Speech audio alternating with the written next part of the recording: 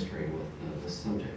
So without further ado, I'd like to turn it over. I'd like to ask you to join me in welcoming Charles Nestle.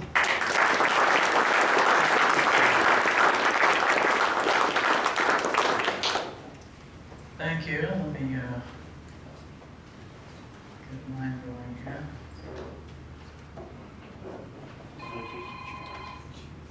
And turn off the phone, please.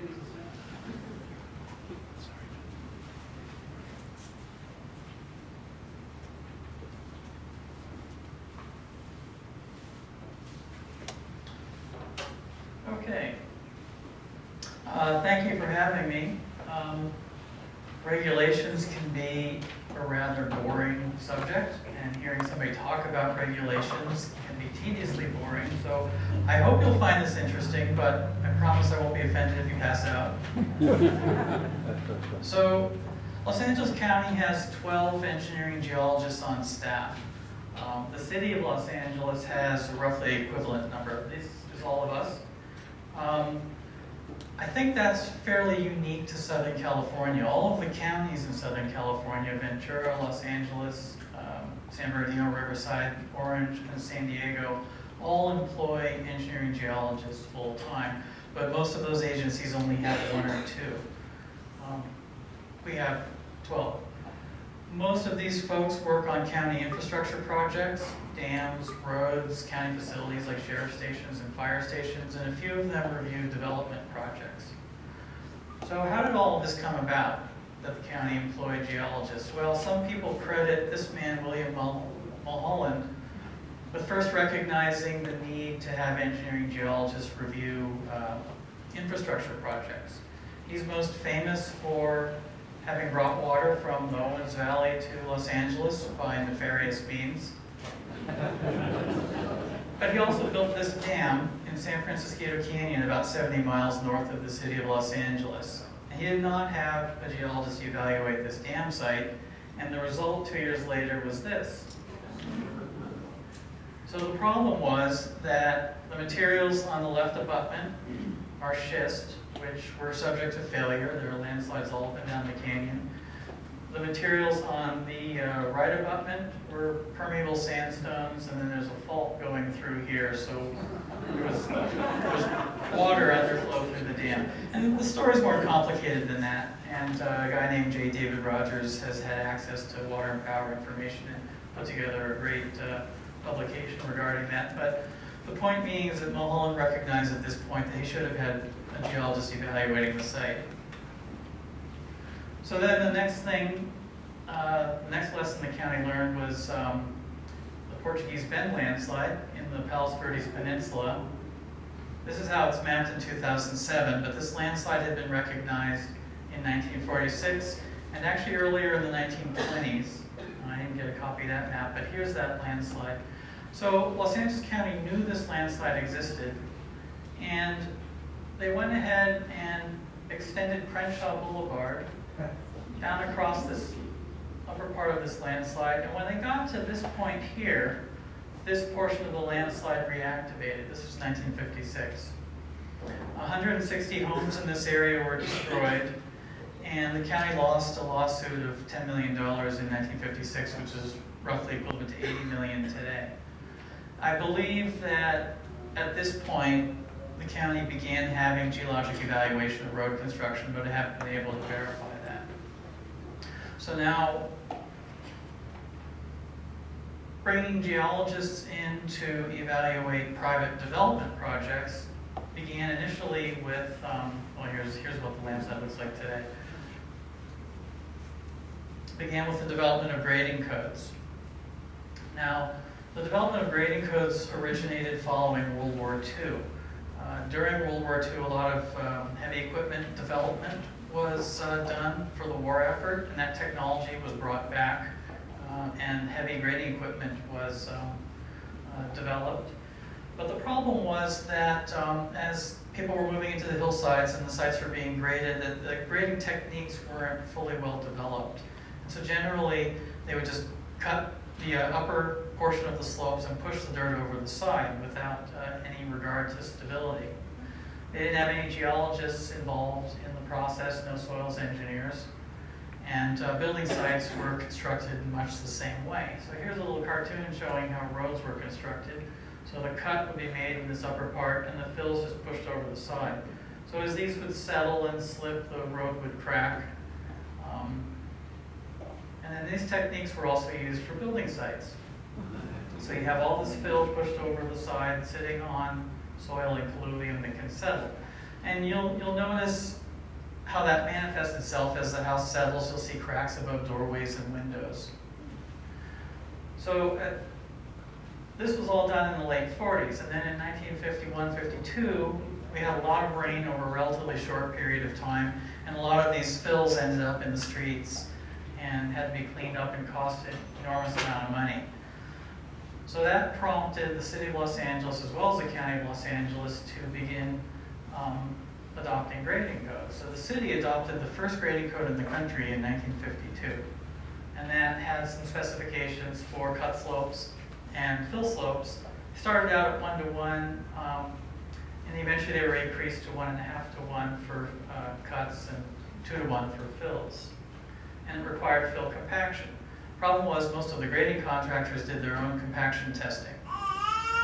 So fills produced through much of the 60s are not in such great shape. But this is basically what was devised with that early grading code. And then these techniques are still used today. You have a fill key, which supports the fill placed above it. Benches, they're missing drains. We usually have drains on these benches. And then you can see these layers of topsoil, colluvium, and bedrock that are shown here that are tilting downward. As you build the fill up, that supports that material. So remember this diagram because this is also used for landslide stabilization. It's a very common technique. Other agencies followed the city of Los Angeles in developing grading codes very shortly after. LA County in 1957, and then in 1962, the county began requiring geology reports for grading projects, and then they also began hiring geologists to evaluate those reports. So, to talk a little bit about building codes. The National Building Code is referred to as the International Building Code, and it's prepared by the International Code Council, and then states have 180 days following issuance of that code to develop, they're up to either adopt that code or amend it. And local agencies then have 180 days following adoption of the state code to amend theirs. And amendments can be done under one of three categories, or any of three categories: topography, climate, and geology. And local agencies can fit almost any amendments they would like into one of those categories. So this is an LA County code that was originally developed in 1962. And it's very specific. It says that you can't build on property that could be affected from landslide, settlement, or slippage. Most codes are not that specific. Most are a little bit vague to allow the local agency to vary the interpretation to suit the need. But this is very specific, and it provides us with the authority to require geology reports, which is in section 111. And it says building official. The county geologists act as an agent for the building official. So we determine whether or not reports are needed in this section, in section 111. And then section 111 also requires that the consulting geologist and soils engineer make a finding that the site is safe from the hazards of landslide, settlement, or slippage. They can make a negative finding, but if they do, we won't approve it. So eventually it'll always be a positive finding. And this is perhaps a more important section, that the consultants must make a statement that the proposed work will not affect their neighbors or even work outside the area of their proposed work. In a way, we think, okay, if somebody does something to damage their own property, that's their problem. But if they damage their neighbor's property, that's when the lawyers become involved, and we want to avoid that. There are a couple other things that are unique to Southern California besides these grading codes and the fact that we hire engineering geologists, and that's the way we investigate landslides. This isn't done anywhere else except Southern California, where we drill a 24-inch diameter boring, and we lower the geologist down into it. And This particular diagram was from an article in Los Angeles Times where Rosalind Monroe, who works for AMEC, was doing a foundation investigation for a high-rise in downtown LA. So this one is 85 feet deep. That's as far down as I've ever been. I know people who've been down 130 and more. And in the old days, people used to go into landslides that were active. And I had several professors who said that they would look up. You can't look up now. I'll explain that in a minute. They would look up and see the hole becoming more oval-shaped as they were below it. We use these safety cages that are OSHA-approved.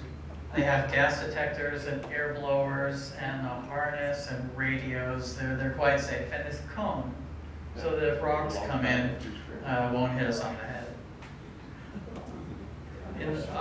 Up through the 90s, sometimes we would just stand on a 2x4 attached to a rope, or go down a rope ladder. So that's unique to Southern California. So I guess the point of my stating that is that Southern California, in a way, could be considered an anomaly in the way things are done throughout the country. Because Northern California doesn't do this either. The advantage of this is that you're seeing the rock in place, intact, and you can see exactly what's happening. The alternative is to look at cuttings as they're pulled out of the hole and dumped on the ground. And some slide planes can be paper thin, and you're not going to be able to see it in the cutting. But if you go in a hole, you might be able to find it. So what do we look for when we're reviewing private property? There's two things we're trying to accomplish. One is to identify if there's a hazard on the property, and then the second is to determine if we want the developer to hire consultants to evaluate it. So we use several tools in that process. We review geologic maps, we look at stereo pairs of aerial photographs, files, all sorts of information, and we go visit the site, because sometimes you can see things on the property that you wouldn't otherwise know about. We also have all sorts of GIS data now. We can look at aerial photos on the computer, and Google Earth is just a marvelous thing. And so if we think that there may be a hazard on the property, it doesn't have to be fact, we just have to think there might be a hazard on the property, we'll require the developer to hire a geologist and a soils engineer to evaluate it. The state has the Seismic Hazard Mapping Act of 1990, and this is important for jurisdictions that don't have the codes that we have. So the green areas are areas that are potentially subject to liquefaction. The blue areas are potentially subject to seismically induced landslides. These maps, however, don't apply to single-family development. Only subdivisions, a project of 4 or more homes, or commercial property. So some jurisdictions don't feel they can use this to apply to single-family homes. But so I mentioned that anyway. So we have 2 kinds of landslides, active and inactive, and I only put this here. An active landslide is an obvious hazard. Everybody understands that problem. Inactive landslides, however, can become active. When you grade on property or build on property, you're changing the hydrologic regime. People in Southern California like to have big flat lawns and then they irrigate the hell out of them. So you've got all this water now that's percolating into the ground. Many areas in Southern California on private septic, so you're introducing all that additional effluent into the ground. And ultimately, with the exception of large earthquakes, water is always the cause of landslides. Earthquakes can cause topples, rock falls, but large rotational landslides, water is always the trigger. Now, I decided to sort of try to define large versus small landslides. These numbers are arbitrary. They don't really mean much. I just try to quantify it in some way. But large landslides can be very expensive and very difficult to mitigate, and they can involve multiple property owners, and so you have to get all the property owners involved. So they're really only able to mitigate large landslides on a large subdivision project. It has to pencil out, as they say. Small landslides are easier to mitigate because they're smaller, but if you just have a single lot and you're trying to build your house, it can quadruple the cost of development. It can be very expensive. We do not consider economic costs in our review process. So we understand it's going to be very expensive, but that's not what we consider important. Safety is the only thing that we consider important in the review. So here, this diagram or cartoon was developed to instruct the county reviewers as to how to review landslides in subdivisions. But there are 3 building area examples that I'll talk about. The others are really only important to subdivisions and not that relevant. But C, you've got a landslide that's on your neighbor's property. You want to build your house right there. So there's a couple things you have to do. You have to demonstrate that that landslide is stable, or you have to move your building area away from it. And if you want to demonstrate that landslide is stable, that requires your neighbor's permission to have a geologist go on there and drill or do an investigation. So that could be problematic. For the case on lot 2, you have a landslide here. Now at face value, that's moving away from the property, so maybe that's not a big deal. But landslides can migrate headward. So there's the potential for that to affect this building area. And some solutions people use would be grading the top of it, drilling caissons or soldier piles to support the building site in the event that that landslide moves. Or you can move the building area away from the landslide. Landslide B is on your property, so you have the right to mitigate that if it needs to be. Or the geologist can determine that it's stable and maybe you don't have to mitigate it at all. Those are the 3 basic cases that we look at. So I'm going to show examples of actual projects that had occurred in LA County, and then a couple of outside LA County. The first one, Flying Triangle, which was near Portuguese Bend. Oh, by the way, I added 2 yesterday, so I don't have little red stars, but they're located right around in here. So we're going to start with Flying Triangle, which is in the Palos Verdes Peninsula. This is an active landslide near the Portuguese Bend landslide, which I had discussed earlier. And we will not issue permits on property that is actually moving. But we won't actually come out and say that. Because the problem with that is if someone calls me up and says, will you issue permits on these properties? If I say no, that can be considered a taking of private property by the government. So you have to be careful how you phrase things. So here's the Portuguese landslide, Bend landslide that we saw earlier. That's in the city of Rancho Palos Verdes. The Flying Triangle is right here. So we'll zoom in there a little bit, zoom in a little bit more. Right in this area is a graben, a little pull apart zone. And then the scarp comes up something like this through this pavement that's been repaired recently. And then across here and somewhat down like that. So there was at one time a couple of houses in here that are gone. These houses are rafting. They're moving a few millimeters a year. But as long as the house doesn't suffer any structural damage, we're not going to red tag it and make you move out. So you're permitted to live in these houses as long as they don't fall apart. Because all we're looking for is public safety in this case. So mitigating this landslide, should somebody wish to, would require removal of this area and recompacting. This landslide reactivated in 1980 following 3 wet winters in a row. Usually 2 wet winters is all you need to get landslides moving in Los Angeles. This was 3, 77 to 80. Then we had another wet winter in 81 or 82. And so all along the coast we had a lot of very large landslides moving. And if, for all practical purposes, this landslide can never be mitigated because there's no way you'd be able to buy all the properties, bulldoze all the houses, and do the mass grading required in order to deal with that. So we have situations like this, where the blue lines are showing where the county assessor says the road is, and then you can see where the road actually is. And every couple of years, these 2 lots come up for sale. And I get a flurry of phone calls for a couple of weeks. People will say, I hear you're not going to approve permits on these lots. I said, no, I'll approve permits on these lots. You just have to hire a geologist and a soils engineer who can demonstrate that the site's stable. That's all. And then I never hear from him again. And then 2 years later, I'll get more calls. So that's the only active landslide that I'm going to talk about. So let's move into Fermo Pacific in Topanga. This is an ancient landslide, and the homes in this area began being constructed in the 1920s. They're all in private septic. I mentioned cumulative impact that has to be addressed. That cumulative impact is really related just to private septic.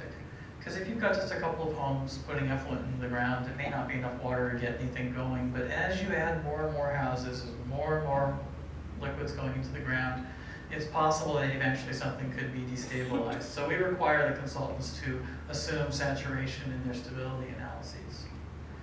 So this is the landslide. Scarp is somewhere up around here and comes down to Teton Canyon down here. But it's not all landslide anymore. The USGS has it mapped something like this. I have no idea what they were thinking when they came up with these colors. But who knows? It was 1980, maybe it was some residual effect.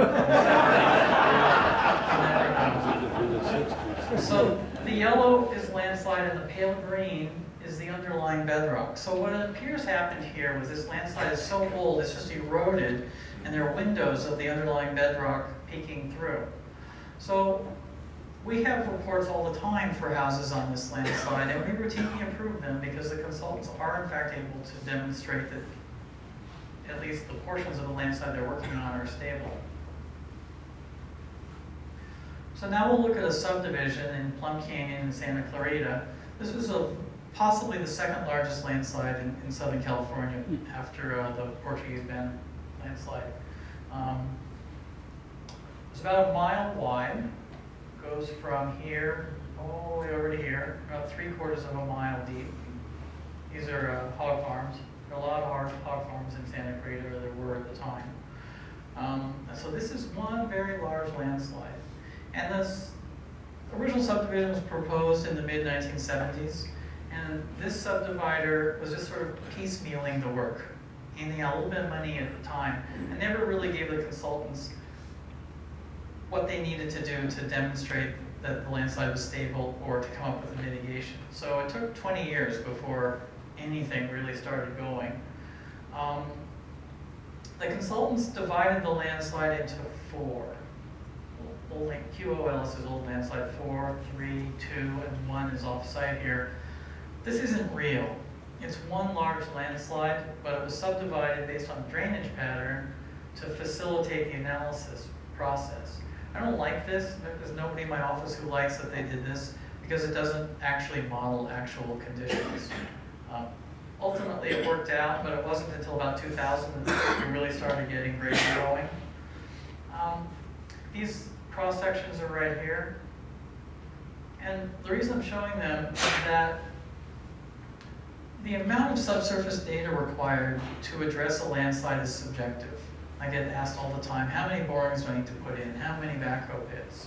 And we can't answer that because it really depends on the situation. It depends on what they find. Somebody might drill a boring and not get the data they need and then need to drill another one next to it. But normally, 3 borings, as is shown on each of these sections, is sufficient to define a landslide plane. But because of the scale, this is 3/4 of a mile, anything could be happening between these borings at such a huge distance. So we ended up requiring an awful lot more borings to be put in here. That was almost like a pincushion in this landslide before we were able to fully evaluate the stability. So eventually we were able to approve this part. This part actually got approved in the late 1980s. This is what was called Landslide 1. It's very short and that was pretty easy to approve. Landslide 2 was approved with a dewatering system. There are 21 dewatering wells put in to keep groundwater below a certain elevation. We don't like that system either because that requires active maintenance, and the county assesses all the property owners annually to pay for that maintenance. We prefer a passive system, which ultimately was determined over here. After this part was completed, the developer finally decided, I need to finish this project. So then they spent a whole bunch of money to have this evaluated, and we ended up with 2 large shear keys, one through here and one through here, and they looked like open pit mines. It's about 135 feet deep. This photo is pixelated. It was taken with a 1990s Sony Maxima, so it's 600 by 400, ancient technology. The slide plane's somewhere down in here, and there's a geologist somewhere down there. I'm not even really sure where, I can't tell. But we have these big scrapers creating this giant shear key, and there were 2 of them. So think about the money involved in stabilizing this landslide. So this is what it looked like after the shear keys were completed. And this is approximately what it looks like today. This is 2013. hasn't changed much since. Market's kind of down, they're not building a lot of houses out here now. But I consider this a successful project. I think with those shear keys, it'll hold everything else in place. We'll see. So now let's look at a single lot in Valverde. Single lots can be tricky because you've got somebody that owns their own house, they don't have a lot of money, and sometimes they get into situations where they're unable to move forward. So here's this house here, and they want to do a 1,000 square foot addition on the side. And here's a little scarp, and here's a little scarp, there's a bunch of debris scarps here. And the way it's mapped by the California Geological Survey, and the house is sitting right here on this little landslide. These little triangles are debris scars. There's a large landslide over there. So we had a meeting where the geologist came in with the property owner, and he said this is not a landslide. There's no way it's a landslide. He was going to dig a couple of backhoe trenches on the property and then call me up next week to take a look at it, and he never called back. So these folks never got their addition built. And the other thing this is Paradise Lane, by the way. That's the name of the street. Notice that there's no houses on this side. All of this is debris flow and landslides everywhere here. All of these areas are all debris flow deposits, and nobody's been able to figure out how to build there. People have spent money trying to, but without success. These houses probably shouldn't be there either, but they're there. Okay, San Francisco Canyon Road. This is the same canyon where that dam was that broke in 1928. So this one's interesting because we had a large subdivision proposed at the top of a ridge above a landslide, and then some single lots proposed below on the same landslide. So I thought we'd talk a little bit about geomorphology with this slide. This is from 1928, this image. And all of these geologic maps I've been showing you really are based on review of aerial photographs. And so what we do is we look at, whoops, wrong button. We look at topography. Here you have some nice knife ridges and V-shaped valleys. Same here, up in there, and then down in here. And then suddenly you have this area that has sort of soft rolling hills, lobate forms. So this is what we call anomalous topography, and all anomalous topography means is that it looks different from the topography around it. So there has to be an explanation for why that is. The geologic map queries this area as landslide. It doesn't call this area landslide at all. On the photo, it sure looks like landslide to me. So we had the consultants evaluate this as well. The subdivision was proposed up here. And so they evaluated it, and what they ended up doing was putting in a large shear key all across here, where they excavated down through the landslide into competent rock and then placed fill back up to hold that all in place.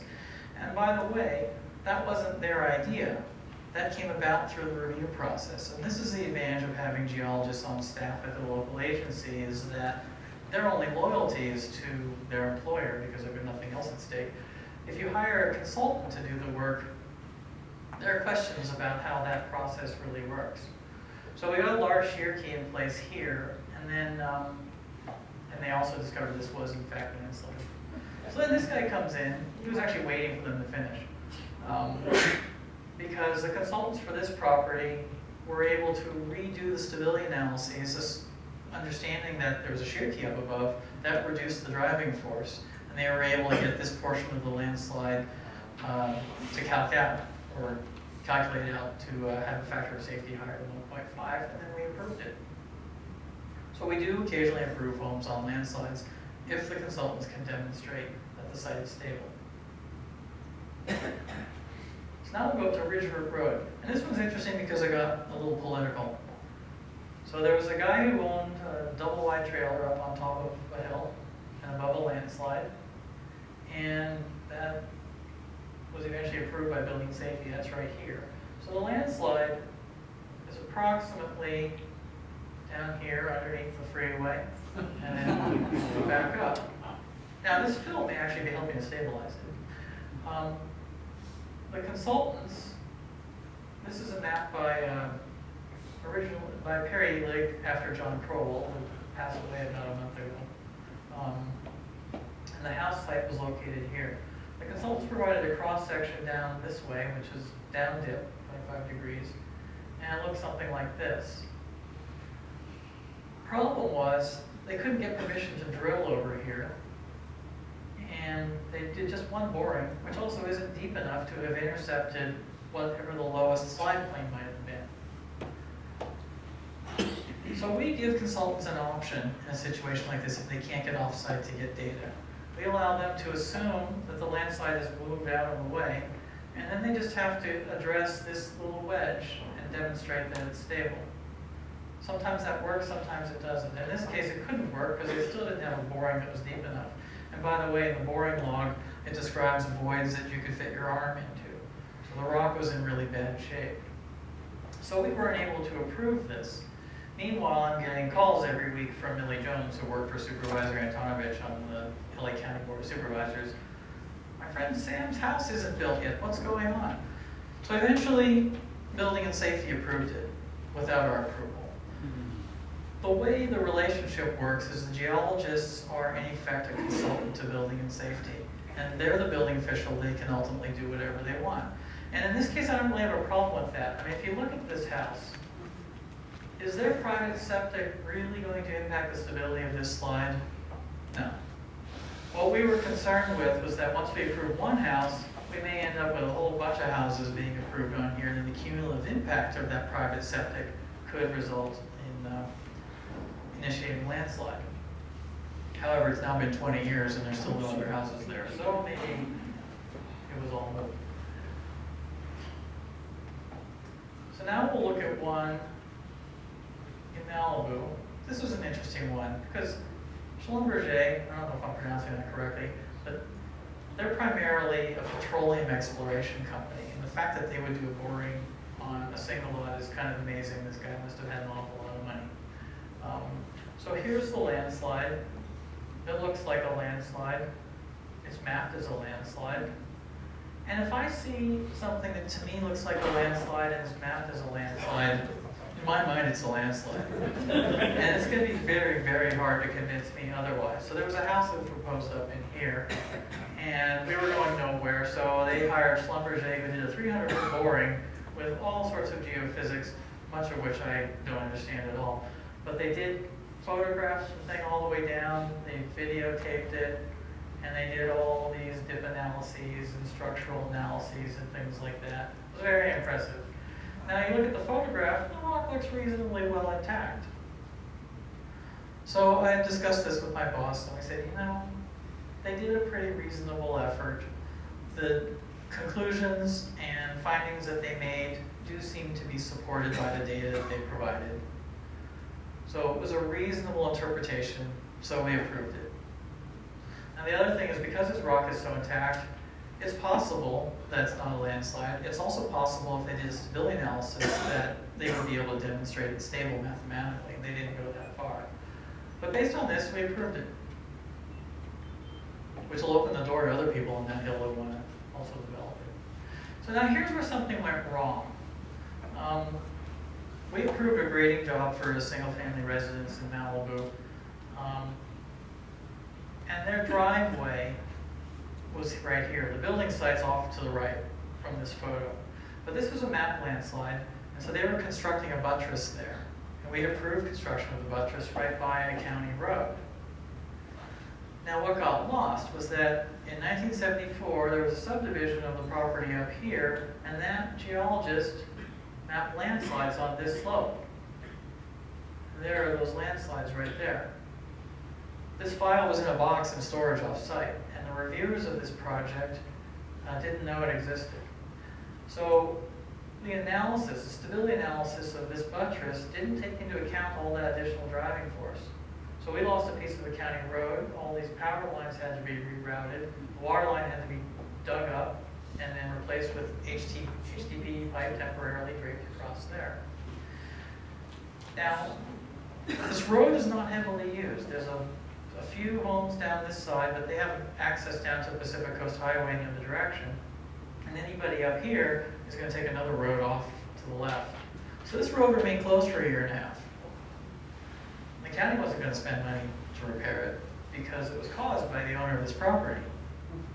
But he now had to get involved with the owner of this property to repair this slide, which required grading all the way up into here. So the county managed to convince the property owners to cooperate on getting the site fixed. Somehow they refrained from filing lawsuits. Once you file a lawsuit in LA County, everything stops and nothing happens for years. But everybody wanted to get this road fixed, and the guy up above wanted his driveway fixed. So notice that this landslide repair scheme looks very much like that site grading from the 50s that I showed you. So technology hasn't really changed much, but this is supporting the remaining portion of the landslide up above. And this is what it looks like under construction, almost completed. This driveway is almost finished. So there were a couple of failures here. One is that the county reviewers didn't review all of the available information that existed. It is a little tricky doing the research. You have to find out where those files are, if there are files, and we've got information spread all over the place to try to track it down. We're working on getting GIS systems set up and all this stuff scanned, but it's going to be 10 or 20 years before that's done. So that was the reviewer's failure. The consultants failed in their analysis of the temporary stability. The contractor failed because the consultants recommended slot cutting, where you just do the buttress in narrow pieces, leaving most of the landslide supported while it's being constructed. They just dug the whole thing out at once. And of course it rained. So they were shut down while it rained, and then the whole thing came down. So the road's now back in service. Power lines are relocated up here. Water lines back in place. By the way, if you're ever driving around in Southern California in the mountains, you're going to see water lines above ground everywhere. And everywhere you see above ground water lines is because the ground's moving. So we just bring them up. We have big flexible joints, so the pipe comes across and goes up about 4 feet and then back down so that it can move and adjust as the land moves. So now let's go to Washington. I think most of you are probably familiar with the Oso landslide. 41 people died in that landslide. It's now called the State Route 530 because the people of Oso who are 15 miles away actually don't like being associated with all that death. The problem here, even though there weren't a whole lot of new homes being constructed down here, is that when this landslide failed, and it had failed many times in the past, it just slumped into the river. So if I was reviewing something in here, I would say, well, in the past this landslide's just slumped into the river, and that's the way it's going to continue. Nobody anticipated the mobility of this slide to come all the way across to the hill on the other side. And the reason for that is that this whole area is forested. So if we're just looking at stereo pairs of aerial photographs, all we're seeing is trees. We don't see topography. But now we have LiDAR. And LiDAR, when you process this data, you can remove vegetation. And so now we see that just downriver, there's a previous landslide that went all the way across. So now we can see that there are past examples of high mobility landslides in the valley. It's too late, but we have this new technology which is quite marvelous in wooded areas. And the state of Washington has flown the entire state with LiDAR now. So now I know what you're all waiting for. So I'm going to talk about how California laws would relate to the development of this area. First is the State Mining and Reclamation Act of 1975, because there's a quarry below. So one of the implications of this act is it requires that when mining is completed, that the site is left in a stable condition. It also states very specifically, as the building codes do, that any fills must be no steeper than 2 to 1, and any cuts must be no steeper than 1.5 to 1 unless demonstrated to be stable. So now if when this mine had ceased to operate, if they had put a 2 to 1 fill in front of it, that fill would have gone all the way out into the street probably, coming down at 26 degrees. But the site would have been stable, but there would have been no pad for a Walmart. So the other alternative would have been to have cut the slope back at 1.5 to 1. Probably still wouldn't have been stable at 1.5 to 1, but we would have required a geologist and a soils engineer to evaluate the stability of that slope. the building code has setback requirements, and this is actually in the national code, so this applies to the property as it exists now. For the house up above, the bottom of the footing needed to be, the slope's about 100 feet high, that'd be 36 feet or so. So 36 to 40 feet, the bottom of the footing needs to be away from the slope. And you can move the house closer to the slope if you deepen the footings. And the toe is the height of the slope, which goes all the way to the top. It's not just to the bench, from here to there. Would have been h over 2, which in this case would be 50 feet, or 15, but it's smaller. So let's see how that would work. I stole this cross section. There's the reference there, in case you wonder where I got it from. It's these folks here. And then I applied, there's another aspect which is a little curious, and I'll get into that. The code also says that if the slope is steeper than 1 to 1, or 45 degrees, you project an imaginary 45-degree line onto that slope, and you measure the setback from that line. So if we place that for the lower pad, and then the upper one for above, we end up with these setbacks. So based on that section of the code, both the Walgreens and the house up above complied with the setback requirement. The problem is that LA County has a requirement that any slope steeper than 2 to 1 must be evaluated for stability. So we would have required that the consultants address the stability of this slope. And it is unlikely that they would have been able to demonstrate that it's stable. I wouldn't have expected this form of slide. I would have expected something maybe like that to come down. So let's say we put 1.5 to 1 lines on here. Then we end up with this. Now that house that was here no longer complies with the setback, and there's now no room to build here. And this is a 1.5 to 1. 2 to 1 would probably come out about there. So in constructing a buttress, this is a very high slope, 100 foot high, probably would require this to be 2 to 1 in order to be considered stable. Now I understand that there's been a report prepared to address this. I haven't seen it. So I don't know really what is ultimately being proposed for this, but probably this house would have to go, and this pad would have to go also in order to stabilize that.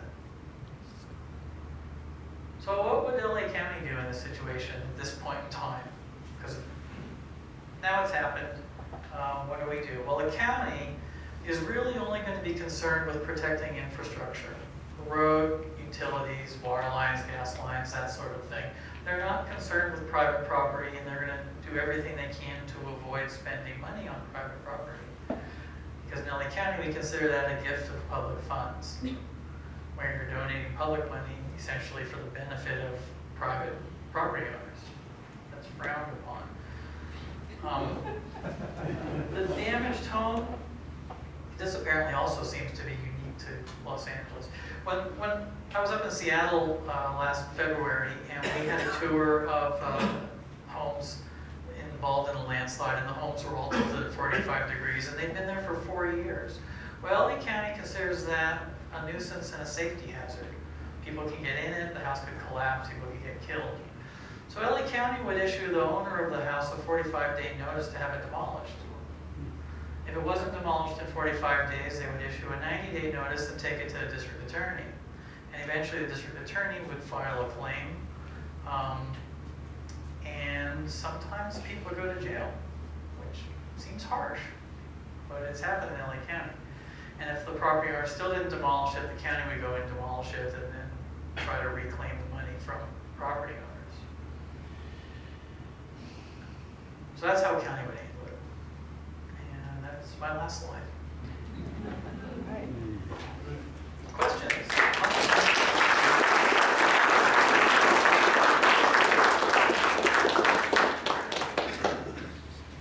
Yes? The slide of Paradise Drive. It seems like it might even be really unsafe to have a house there, right? Yeah, we don't apply anything retroactively, only to new work. So, unless there's an immediate hazard or the house is suffering damage, you can stay. I live in a house that doesn't conform to the current codes. I'm too close to the top of the slope. built in 65. It's not informing. Yes? On the illustrations there, we have the massive excavation and building with the toes and keys, compacted material to hold back the material below. Are there any other processes that you can use to try to mitigate future landslides, like rock bolting something back in? Yeah, there's all sorts of techniques for doing that. The rock bolting, tendons that go in 100 feet, and metal plates and wire mesh. You can use caissons. That can be expensive. Drilled caissons, soldier piles to help support it. If you're going to sink a rock bolt in, how do you know that you're going into something that's solid? Yeah. You need an investigation initially where you drill boring in at approximately the angle, and you test the material. And then tendons have to be tested. Usually it's 10%. You have to do pull-out tests on them to verify that they're installed properly. And we use that technique a lot on highways in California, and a lot of them fail. And then they have to put in more or go in deeper. When you say 10%, you mean that 10% of the yield strength of the tendon? 10% of the tendons get tested. Oh. I forget what the level is, but it exceeds the pull-out strength that's designed for. Yeah. Are you familiar with the La Conchita? Yeah. And Actually, I was thinking of talking about that one also at one point. are they rebuilt? No, the houses don't get rebuilt. They've left the landslide there, and the homes that were buried are still buried. So that's a tough situation. What the county probably should have done, that's in Ventura County. Tell us a little about. Okay, La Conchita is a neighborhood in Ventura County by the 101 freeway, and there was a railroad that went up against the toe of the slope up until about 1904, when they got tired of rebuilding the tracks because of landsliding, and once a train got knocked off the tracks, they decided to move the tracks out closer to the ocean side. And then in, I guess, the 20s or 30s, it was subdivided, they started building houses in there. It's clearly a very large landslide. And there was a failure in, I think, the 90s. Is that right, Joe? Was there a failure in the 90s? Yep. And then one in 2005. And at that time, the county should have immediately gone in and bought all the houses. Probably would have required a bond to pay for it, would have been expensive. But I frankly don't understand how they can allow people to live there. It's going to happen again. More people are going to die. It's inevitable. But the only way you can do it is to purchase properties. Yeah, so that was what I was going to ask about. When you get to the situation where it could be considered a taking, how does the county deal with that? They would have to pay fair market value for the homes. And what is the fair market value as a whole? Well, right now, right now it's pretty high, and that's why for La Conchita, they should have done it immediately when the property values were low. They're all back up to where they were before the landslide. There's a very short half-life following disasters. You've got months if you want to actually do anything about it, and then the public will disappears. Elizabeth. I have two questions. One, could you be a little clearer about the infrastructure in terms of municipalities and counties being responsible for that as opposed to the private homes? Because there's been some discussion that that road is somehow benefiting private landholders, and so they should bill us and or not build it. Well, I guess that would depend on if it's a public road or a private road. There's a clear distinction in Los Angeles of that. If it's a private road, It's a public road. then I would say that the city should be repairing and trying to recoup money from somebody. Could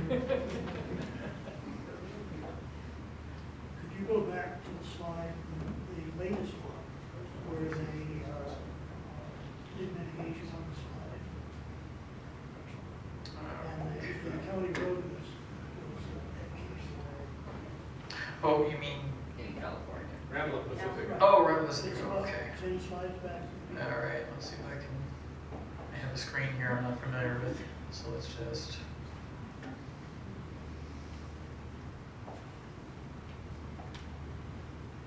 Now I've lost my cursor. All right, let's just do it this way. Well, There we go. There, the next one. Go forward. there. The one before that.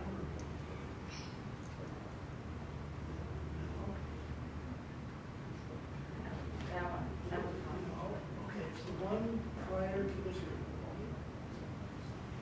Well, this is the one with the county road having Right. damaged. And there was another slide in the same area. Well, then I had this one. All of the power poles were tilted. Yeah. Yeah. Were they tilted prior to No. mitigation? Well, they were vertical prior to the landslide. And then afterwards, these are the new ones coming through here. But yeah, these ones are all rotated. And there were, I think, 2 8-inch water lines coming through here. There's always a question of, well, whenever there's a lawsuit, and there are always lawsuits, people try to involve the county. Government agencies cannot be sued for issuing permits. It doesn't go anywhere. We've never been sued for approving something.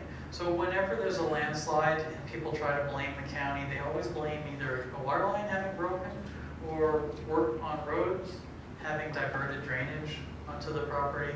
That's always how they approach it.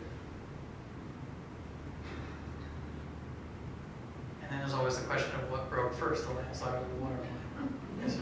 When a geologist says a site is safe, does that take into account if there will be an earthquake of some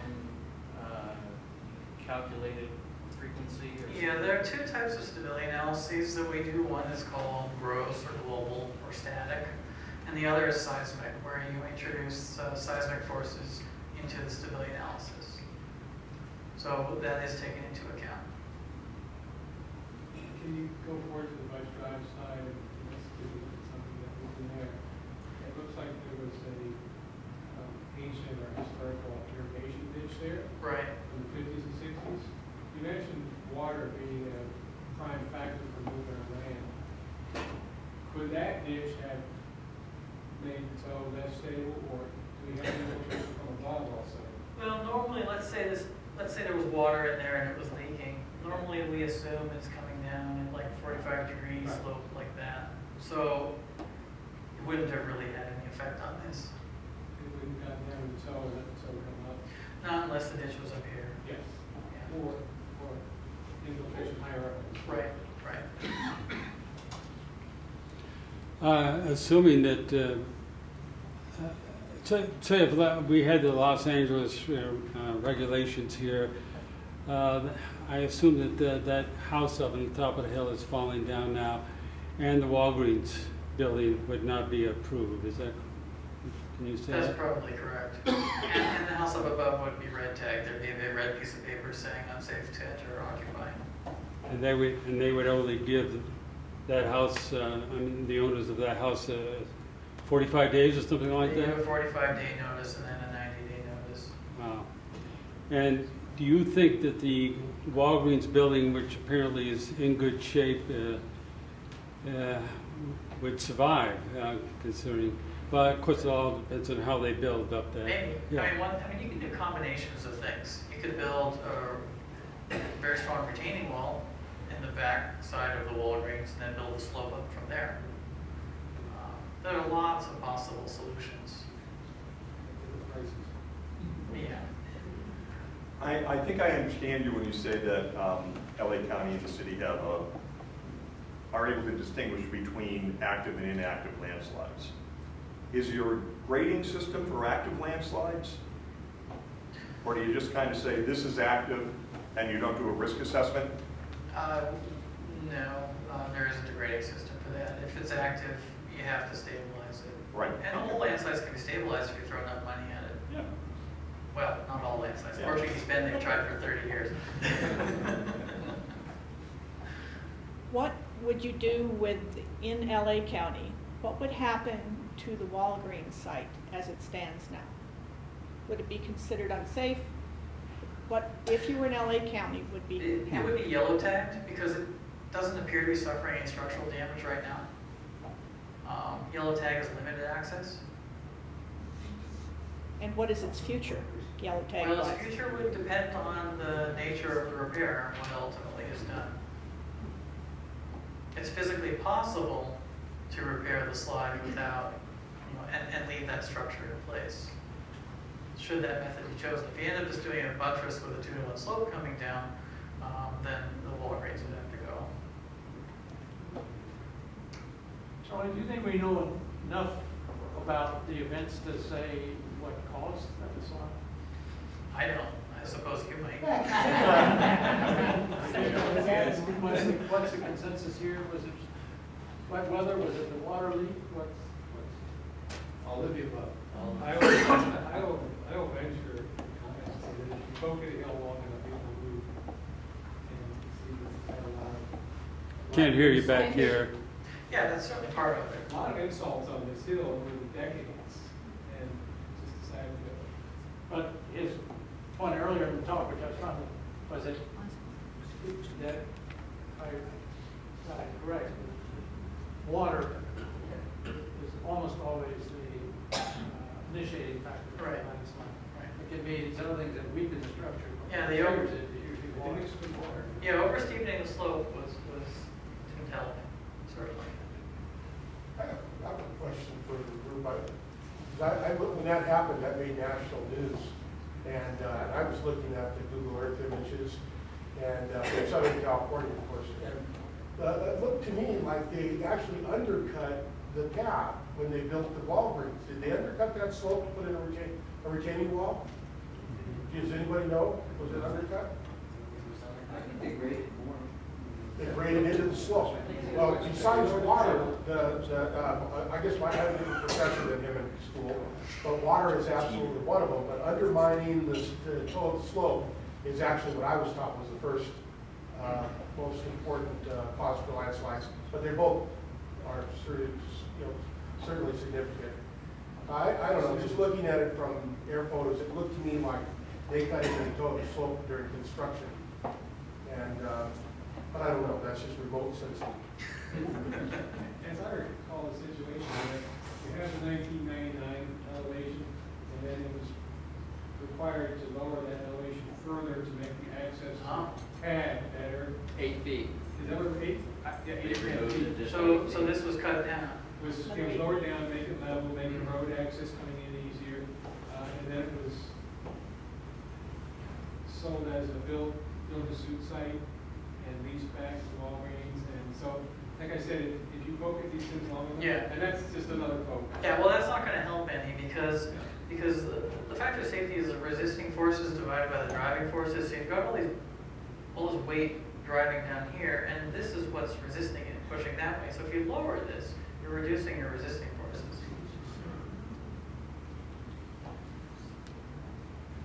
Charles, let me ask, in some of these high-risk areas, how are they able to secure insurance for the property and without insurance, secure mortgage?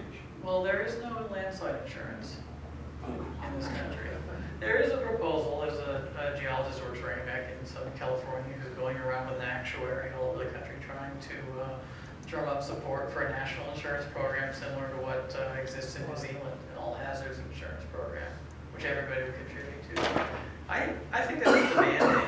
I don't think that's really solving the problem. I think the way to solve the problem is to require developers to mitigate hazards before they're permitted to build. And that's why whenever there's a landslide, people sue, because there is no insurance. There's no other way to recoup costs. So how successful, right? How successful are the lawsuits? Well, the county tends to settle.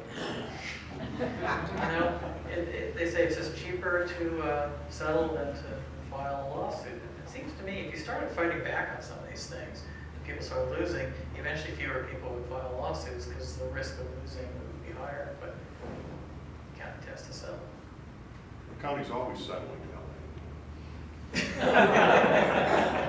That's punishing. Well, what is the success of all this? Have you had any sort of, I guess it's separate from the quake idea. So as long as you don't have any big quake, it seems to be working. Yeah, I measure success by looking at the news every winter and wherever we see landslides, and most of them seem to be in Orange or Ventura County.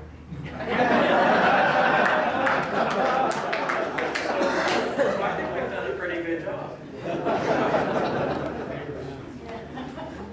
To your seasoned eyes, when you drive around Teton County, do you see a need to implement the kinds of strategies here that you have in your county?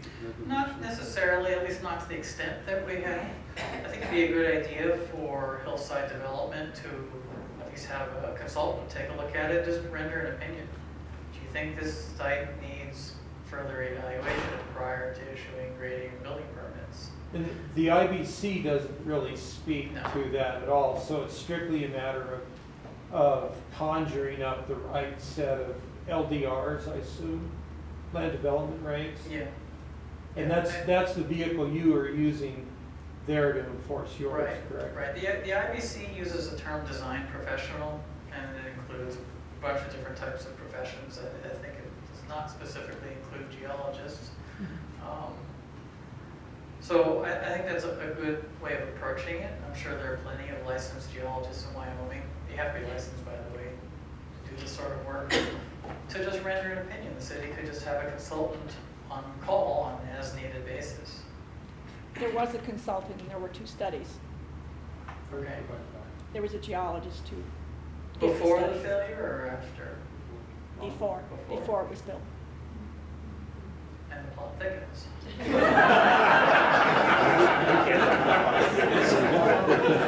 Charles, there was no requirement by state or county statute that required the consultant to look beyond the boundary of the property. Right, right. Well, as I said, a lot of these code amendments that we have are really limited to Southern California. I mean, I know in Northern California they approve developments on landslides, because I have friends who have moved up north and they get involved in all of these skirmishes with other consultants. So it really does seem to be a Southern California phenomenon where we attack these problems head on. So you're not unique. This is the norm. You showed some LiDAR images of that. Looks like a really powerful tool to use for historic landslides in the area to communicate what the future of our bills. Exactly. Yeah. Yeah, we like to look at the past behavior to try to anticipate the future behavior. Unlike your investments, past There is some LiDAR data in Teton County. It's not focused on these issues. There is a beautiful swath of LiDAR data that was flown along the Teton Fault. And we've shown that, not in the last couple of years, I guess, but it's incredible what LiDAR allows you to see. It's not dirt cheap, but Actually, the processing is some of the most expensive costs. Because all of LA County has been flown, and they're going to fly it again in September. But we're only going to be able to get access to small portions on an as-needed basis because the computer processing required to generate those images is quite expensive.